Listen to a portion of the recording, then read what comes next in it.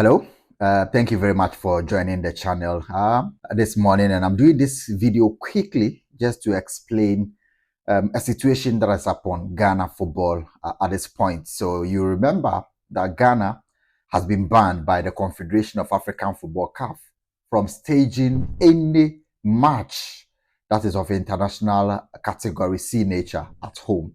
So one, people do not simply get the explanation as to what is category 1. I've seen some others say Ghana has been banned from hosting category A matches. It's not category A. Category A matches are matches of international nature, such as World Cup final, Champions League final, AFCON final will meet the status of a category A match. So these are matches that are supposed to be played in specific stadia. That is why the Rwanda National Stadium, currently in Kigali, has been passed by FIFA as capable of hosting a category A match or category 1. Category 2 matches are AFCON, properly so called, not AFCON qualifiers. AFCON, properly so called, or Champions League group stage games, our Champions League knockout stage games are matches that are categorized as category 2 or category D matches. So World Cup finals are category A. Final, AFCON, Champions League final, category A. As for that, you demand a stadium that is above 60,000-70,000 capacity. Then you come to category B. Category B matches are matches such as Champions League qualification zone or the knockout stages, or AFCON quarterfinal, semi-final of the AFCON properly itself, the AFCON tournament as in hosting. And then you come to category C, which Ghana has been banned from partaking or hosting matches of that nature. The category C are qualifiers of AFCON, qualifiers for CAF Champions League money zone stage or money group stage. CAF Champions League group stage is category C. So what Samatex and Monsieur Tremana are competing in our category qualify for category 3 or category C. They don't even qualify. So if Samatex are able to advance from the preliminary stage, then they come to maybe the group stage. That is where they will not be allowed to play in Ghana. So Ghana has not been banned from hosting a category A. Category A is a World Cup match. Category B is AFCON proper. And category 3 is what we have been banned from hosting, which is even lower. That is a qualification of AFCON, not the AFCON tournament itself. So Ghana has not been banned from category 1 match, which is a World Cup. We don't even have the capacity to host that in the first place. Then we come to AFCON tournaments or tournaments of that nature, or Champions League knockout stage, which is category 2. We don't qualify. Or originally, we were not qualified to do so per the standards and capacity of our stadia.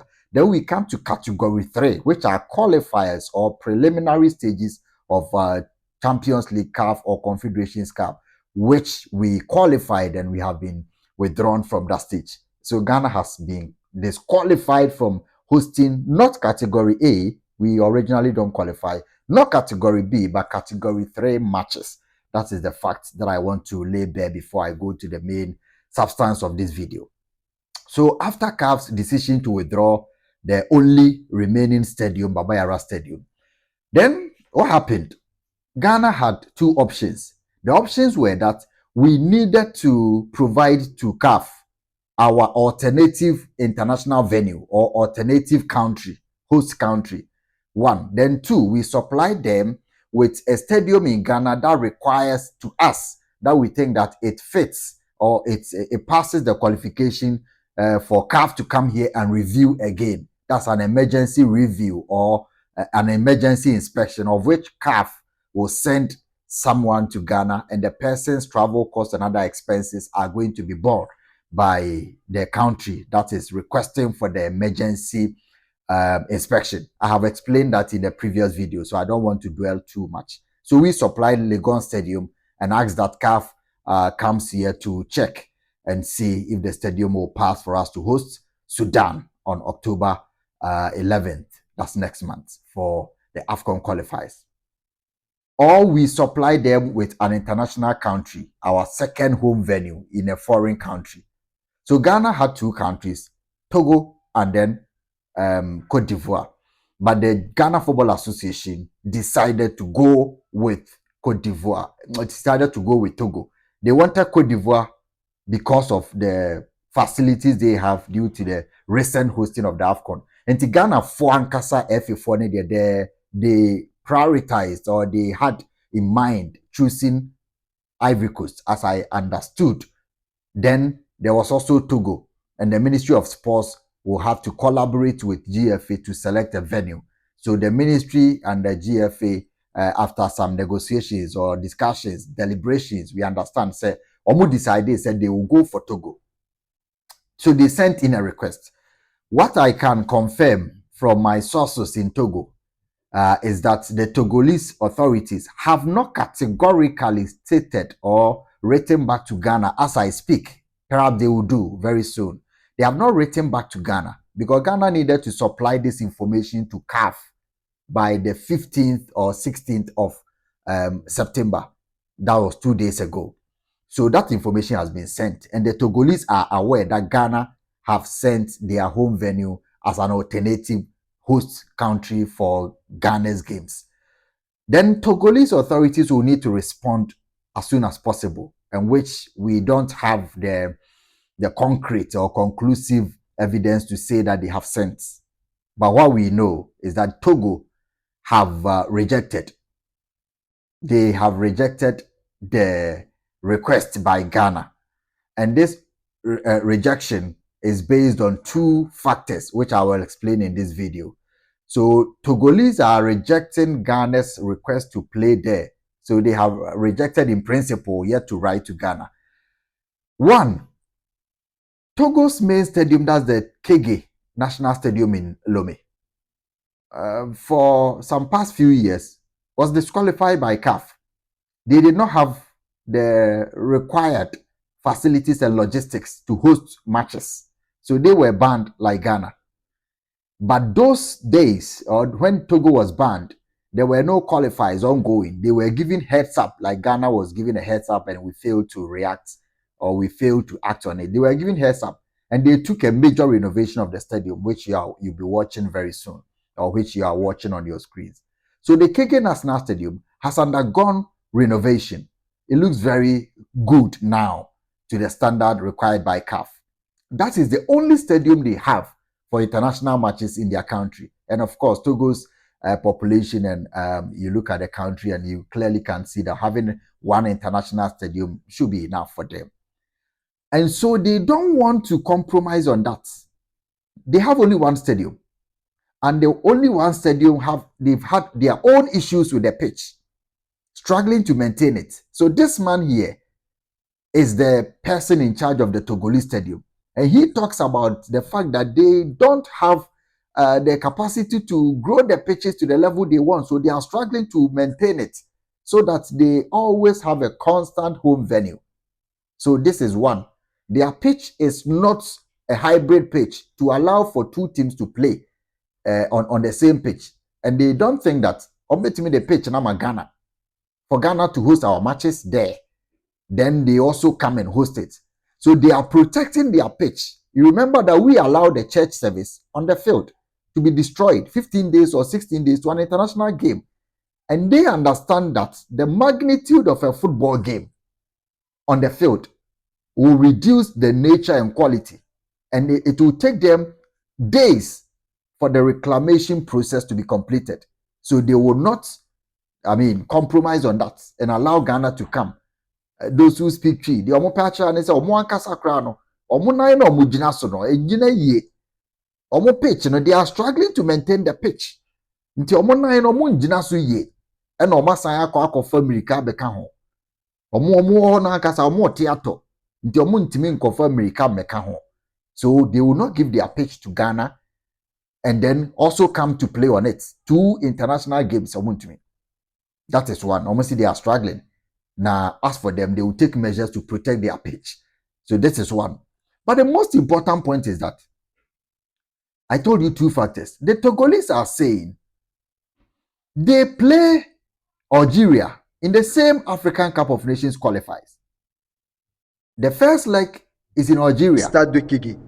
I think in Moderne et Blida. attrayant, Then une the return véritable cure leg, de the first leg jouvence is on the après 10th 19 ans de or vie. 11th of Les travaux de la October, the same day réhabilitation et Ghana la will be playing Sudan. rénovation sont So à they, terme the après 20 Togolese mois de national team, travaux. will travel to Algeria, Désormais, Blida, le stade to face Algeria on the 10th or 11th. By 4 days' time, that is 15th, they will du play drapeau the national. return leg of the Les Algeria game in vestiaires, Togo. les salles VIP, And they don't think, l'infirmerie say, et les Ghana cabines de playing in presse Togo sont tous bien toilettés. Aussi, nos will leave the vestiaires field pour les as joueurs, pristine nos as they have internationaux, quand ils prepared it for reviennent, their home les game problèmes against qu'ils Algeria. posent, Because je they play crois Algeria que away when we will be playing Togo, Sudan at home in Togo. But when we leave, they will come back si with nous, Algeria for the return leg. nous Just as accueillons we will notre go to président Sudan, de la République, their home venue in et Morocco to play the nos return leg. députés, nos By the time ministres, that we have played the first leg, c'est après they will discussion return que to Togo nous to arrivons start training on the field for their return leg against Algeria. And even beyond that, CAF mandates, this is l'assise mandatory, des that spectateurs. for every Et game, vous voyez international game, le château d'eau qui est là. the away team will have to train on the field the day before the game, and the home team will train on the field 2 days before the game. So when Togo plays quand il y a Algeria, athlétisme, on peut l'utiliser. At Algeria's home venue, they will return to Lomé, maybe by the 12th, and they have to train, mandatory training on their home field on the 13th. And Algeria will also train on the field on the 14th. So Ghana will play on the 11th. Togo will come and train on the 12th, train on the 13th, and Algeria will train on the 14th before they play on the Togolese are saying they cannot allow their pitch to be destroyed to that manner, because the Ghana match is a tough match. By the time we finish, the pitch may have lost its nature and quality that they have prepared for their game. They want the game to flow. So if Ghana plays on the 11th, on the 12th, the Togolese will be back in their country to train. And on the 13th, they will train. On the 14th, it is mandatory for Algeria to train. The 15th, the match will be there. Don't forget that if Ghana selects this venue as our home venue and Togo grants the request, it means that Sudan, who will be playing Ghana, will train on the venue on the 10th, a night before the game. Ghana will have to be training there because it's not our home venue. We will have to do 2 or minimum 2 training sessions there. So Ghana will want to train on the 9th, on the 10th. No, on the 8th or the 9th, Ghana will have to train there before Sudan trains there on the 10th and the game on the 11th. So it means that the pitch will be in active use from at least on the 7th, 8th, 9th, 10th. 11th will be the Gargantuan game. 12th, Togo will be back in Lomé for recovery session. 13th, they have to mandatorily train there. 14th, Algeria will train there per the CAF mandatory requirement. And on the 15th, they play there. So for 7 or 6 days continuous, there will be a training. They said they cannot do that. And is it not justified? So Ghana will have to choose another venue. Possibly, if we go to the Abidjan, if CAF doesn't grant the request of a review of Legon Stadium and allow for it to host the matches, or any host venue in Ghana, as the Ministry of Sports and GFA have suggested, then we have to go to Abidjan. And if we go to Abidjan, the same thing will apply to the Ivory Coast national team. They also have their qualifiers. So their home venue, Felix Ofin-Boigny, which is in the center of Abidjan, will likely host their matches. So they will not allow for that. So we have to go to the Olympic Stadium in Ebimpe, where the AFCON final was played, where we drew against Mozambique and exited. Or we choose another venue in Ivory Coast, that is in Kohogo, in Yamoussoukro, San Pedro, or the others. And this is going to be tough. So Ghana will want to train and play in Bouaké.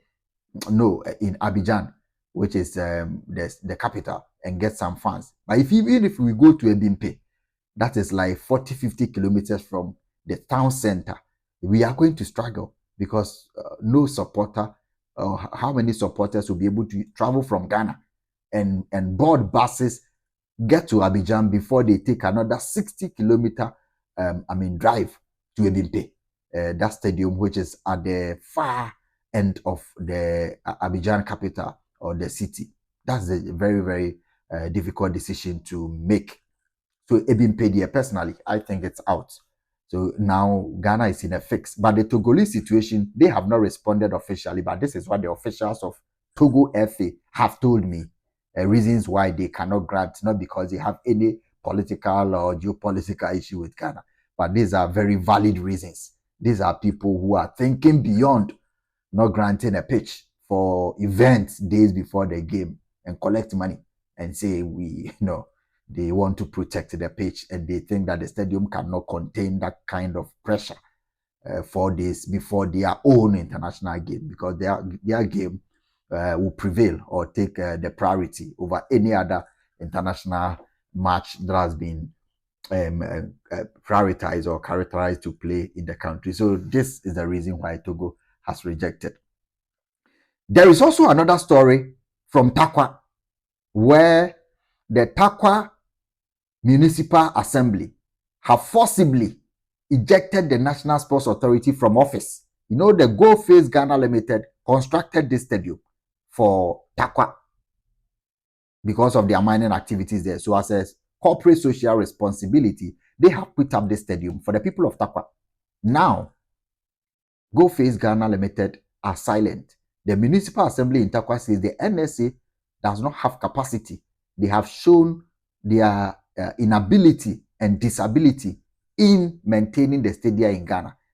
And even for the first few months that the stadium has been given under their care, the MCE and the people of Tarkwa can observe some deterioration going on at the stadium, and they will not sit aloof for what has happened to Cape Coast, to Kumasi, to Tamale, to Takoradi to happen to them. So they will take bold measures, and they have taken over the stadium and removed the NSA. NSA have issued a statement saying that people want to have their own interest and whatever. But this is what the Tarkwa people are saying, that they will not allow their stadium to be subjected to the kind of negligence and reckless guidance that the NSA has reduced the Ghana Stadium to, which is a core mandate of the NSA per the decree that set them up, or per the authority that set them up. So now, NSA have no control over the stadium in Tarkwa. I don't know what you think. It will be illegal for them to be ejected because the NSA is a creature of statute, a creature of law. They have the mandate to overlook, have the custodianship of all stadium in Ghana. And if the stadium has been taken over, the Go Face Limited is supposed to make a statement and say, we did this stadium, but we want it to go according to law. We gave it to the NSA. Now you have come for it, give it back. The Go Face people are silent. You clearly can see where this is going to. The Go Face people who put up the stadium, they have been silent so far. That the stadium they put up and gave to the NSA by law has been taken over by the people of Tarkwa through their MCE, that they will not allow the NSA to take control of the stadium and destroy it like they've done. Of course, they may have, based on hindsight, they may be right. But if the Go Face people are silent, it tells you that they may subtly, or how do I put it, subtly or indirectly be in agreement with what the people of Tarkwa are saying or are doing to the NSA. Well, we will follow this story keenly as and when it unfolds. Thank you very much for always coming here to see the explainers and watching our videos and sharing them. Madam Ase.